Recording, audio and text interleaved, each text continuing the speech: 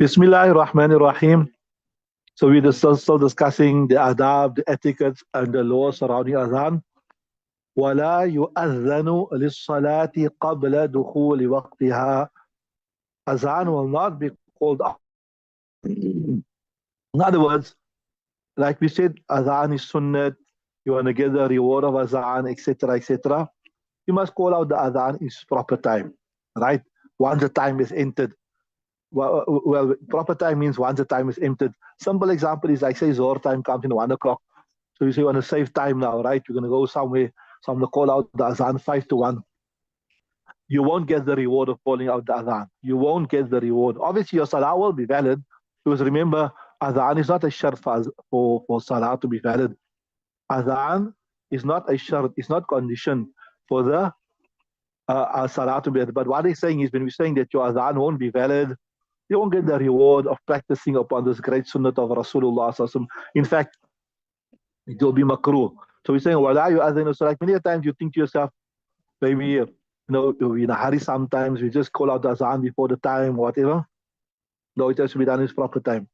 So wala yu'adhanu lis-salati qabla dukhul al-waqti. Azan will not be called out for the salah qabla dukhul al-waqti, before the entrance of its time. Wa yu'adu fil waqti. So if it happens as such, somebody call out the azan before the time, you have to repeat it. You have to call it out in the proper time. Why? لأن الأذان للإعلام. Look here. Azan is to inform people that look here, your Zohar Salat has become wajib upon you, your Zohar Salat has become faraz upon you, your Asr Salat has become faraz upon you, right? Now you know Salat only becomes wajib when you enter the time. If you don't enter that time, you maaf for that Salah. If today's Zohar starts at 1 o'clock, you pass away 10 to 1, all right? You don't have to read Zohar. In fact, you don't have a qadha on you. Your heirs don't even have to pay that what you call that fidya, nothing, because you never enter that time. So say we're saying لأن الأذان للإعلام, the azan is to inform the people. وقبل الوقت تجهيل. And if you're going to be giving azan, you're calling somebody to something before it even become compulsory, right?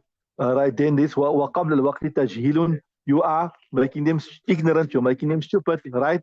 So read the next ibarat. وقال رحمه الله يقول الشافعي رحمه الله يجوز للفجر في النصف الأخير من الليل. Right. So Imam Abu Yusuf rahimahullah ta'ala from the Hanafi madhab, وقال Abu Yusuf rahimahullah ta'ala, Imam Yusuf from the Hanafi madhab says, وهو قول الشافعي, it's also the call of Imam Shafi. He said, يجوز للفجر في النصف الأخير من الليل. It is permissible, right, in Fajr. In Fajr, you can call out the Zan before the time. يجوز في الفجر في النصف الأخير, in the last half of the night. So what he's saying is, if you take the night and you divide it into two portions, then the second portion of the night you can give, right? يجوز في الفجر في النصف الأخير من الليل. And what is proof? He say, لتوارث أهل الحرمين, because of the continued practice of the people of the Haramain Sharifain. They would give the Fajr, that's what he's saying.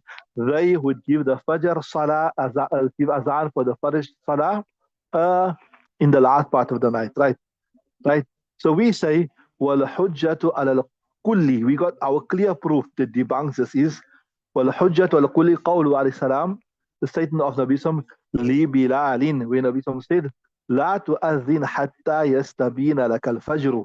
That, oh Bilal, do not call out the Fajr Azan until the dawn is clear to you. And we discussed this in the times of Salah, what we mean by dawn. Dawn means a breath-wise, what is the breath-wise light now? لا تؤذن حتى يستبين الفجر هكذا. And Nabi says هكذا ومد بيدي أرضا, and he, look at me, he made like this until the, see, one is the Subha Kadhib, which comes like this, and the Subha Sadiq is like this. Nabi said like this light that comes red-wise. So this shows you that Nabi clearly instructed him, don't give azan until that is 100% clear. Fajr comes, so that shows you cannot give azan until the Fajr time does not come in. Right? Read the next ibarat, inshallah.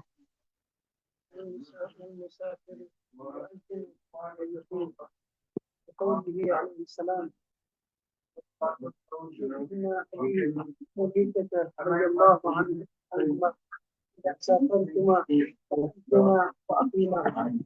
Then Nabi Sallallahu Alaihi Wasallam said, وَالْمُسَافِرُ يُؤَذِّنُ وَيُقِيمُ.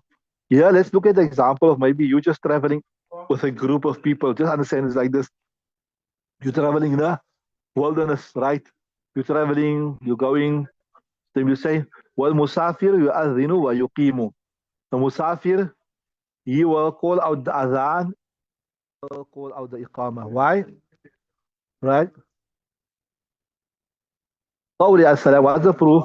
The statement of Nabi Sallallahu Alaihi Wasallam, لِإِبْنَيْ مُلَيْكَةَ, because of Nabi Sallallahu Alaihi Wasallam's statement to the two sons of Ibn Mulaika. إِذَا سَافَرْتُمَا, when you are traveling, فَأَذِّنَا, call out the adhan, وَأَقِيمَا, and call out the iqamah as well. Carry on. Yeah.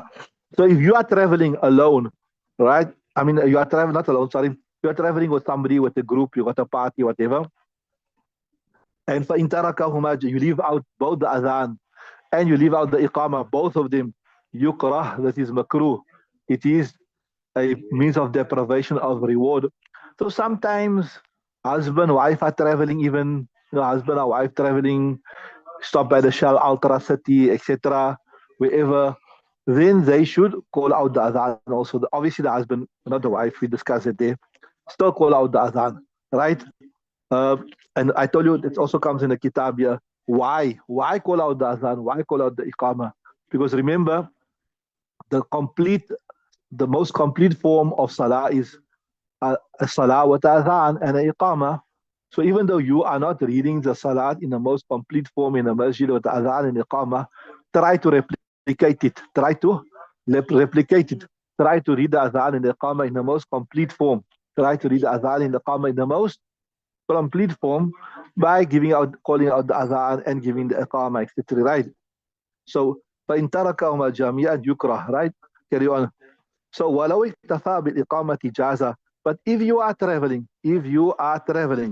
and you only suffice, right? ولو اكتفى on the iqamah, right? That will also be a fine. There will be no reprehensibility. Carry on. Why?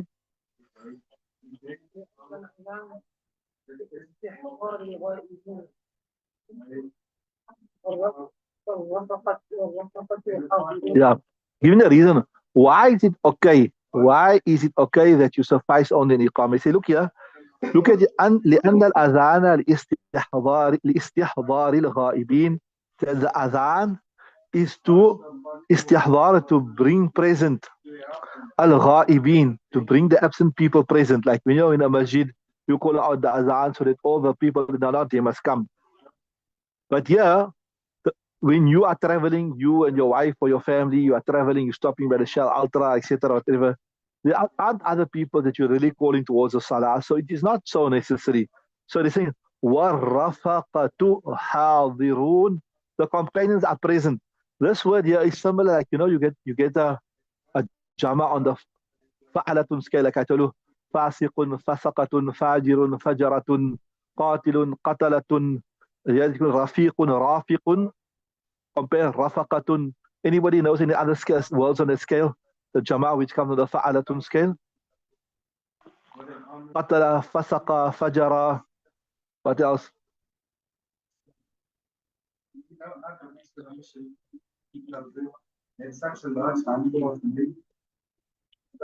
Anyway, so there are a few scales. So here, a new one we learned.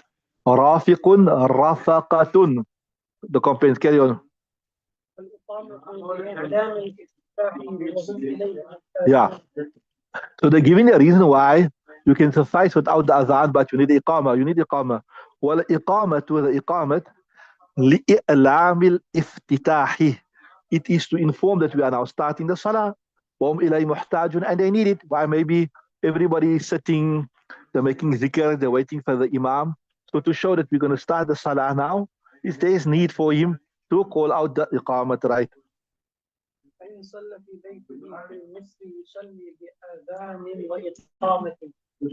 Yeah, interesting.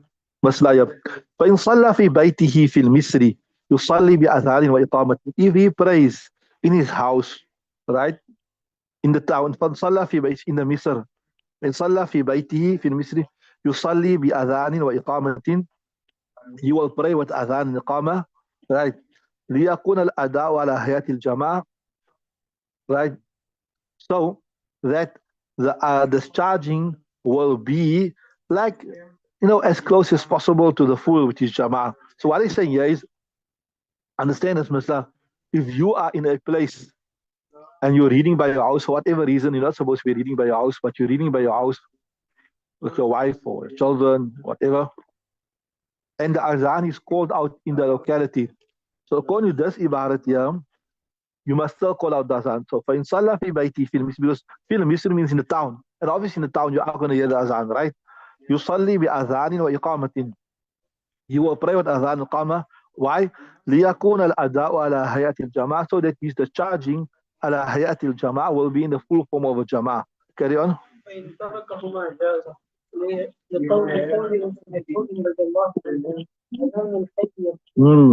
So yeah, if he leaves it out, right, he doesn't give the Azan, the Iqamah, وَإِن تَرَكَهُمَا جَازَ. So I told you this refers to more to a place where you in the locality where you can hear the Azan. The Azan has been called out, right? وإن تركهما, it will be permissible. وإن تركهما جاز. Why? بقول ابن مسعود, because of the statement of Ibn Mas'ud, أذان الحي يكفينا, that we don't have to give another Azan, because the Azan of the locality is sufficient. So if you like, so this, I think this is, if I remember correctly, the fatwa is on this one here.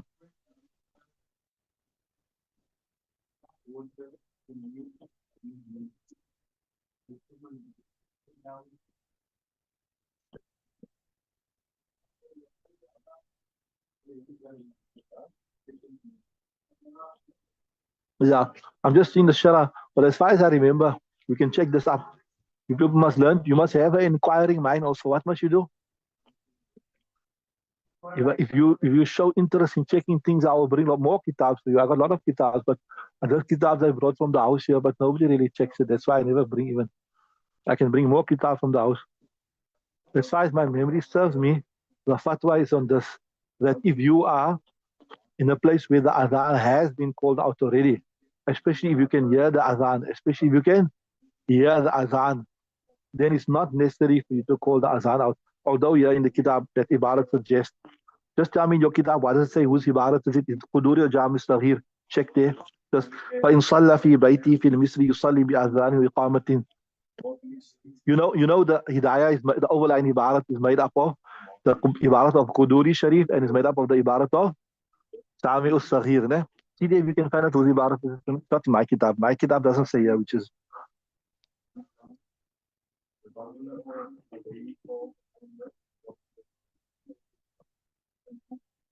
Can you find out there? I think that's in there.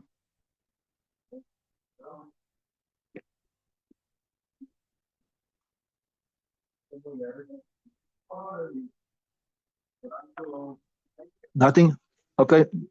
But as I said, as far we can double check it again. But as far as my memory serves me, the fatwa is on this here that if you could hear the Azan, then it's not necessary to give Azan again. Can you suffice on the Iqamah because the Azan has already been called out in the locality. So Alhamdulillah, with the grace of Allah Ta'ala, once again we come to the end of another chapter, and it is with the method of Azan, some of the adab and the etiquette of Azan.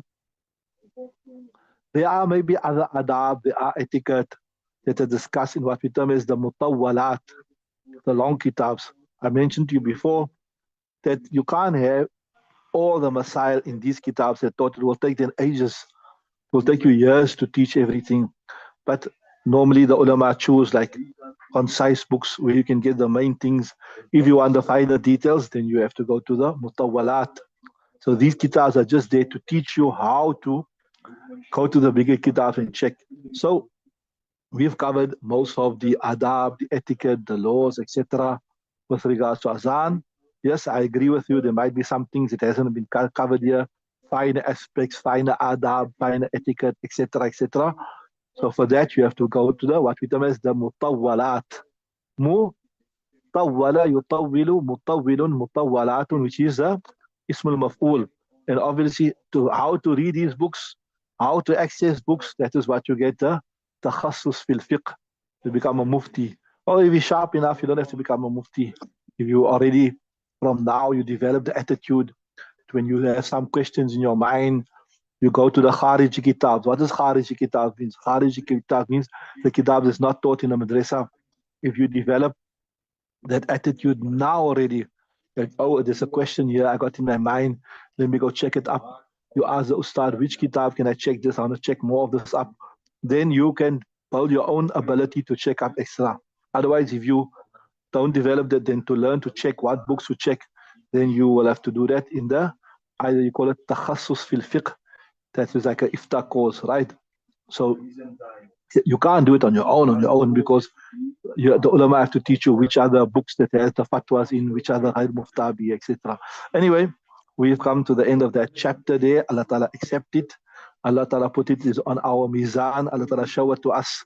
The learning, teaching, khayrukum man ta'allama al-Qur'ana wa 'allama. What we are learning here is actually from the Quran, because the Quran is the primary source of knowledge. Allah Ta'ala make us from amongst them in the true sense, those people who are learning, teaching the Quran. May we see it on our mizan, and may Allah Ta'ala convey the reward also to all our beloved marhumin. Make it a sadaqatul jariyah for them. Okay, so the next chapter we're going to do Babu Shuruti Salati Lati Tataqaddamuha. Now, I mentioned this before to you, that a condition that precedes the actual thing is called a shart. And the condition which is in the actual thing, that is called the what, Yusuf? It's called a, Yusuf, what? When it's a integral part in the actual ibadat, what do we call it? What do we call the rukan? So those conditions that precede an act of ibadat, they are called shurut. Like a simple example to understand is, like in order to reach salah, you need to be free from hadath. Your awrat need to be closed. There's a different awrat for the men. There's a different awrat for the women. You have to face the qibla. Your place must be clean. So these are all conditions that precede the salah. So they are termed as shurut. Then the condition that is in the actual ibadat, that is called a rukn. What is called a rukn? Like how in salat, you have to make sajda, you have to make ruku, etc., etc. Those are called arkan, right? So we still busy with some of the shurut. Babu shurut salat allati tataqaddamuha. Some of the conditions of salah, those that precede the salah. So inshallah, time is almost up, so we'll start one time tomorrow with that, inshallah subhanahu wa ta'ala. But subhanallah wa bihamdihi, subhanakallah wa bihamdika, wa nashhadu an la ilaha illa anta nastaghfiruka wa natubu ilayk.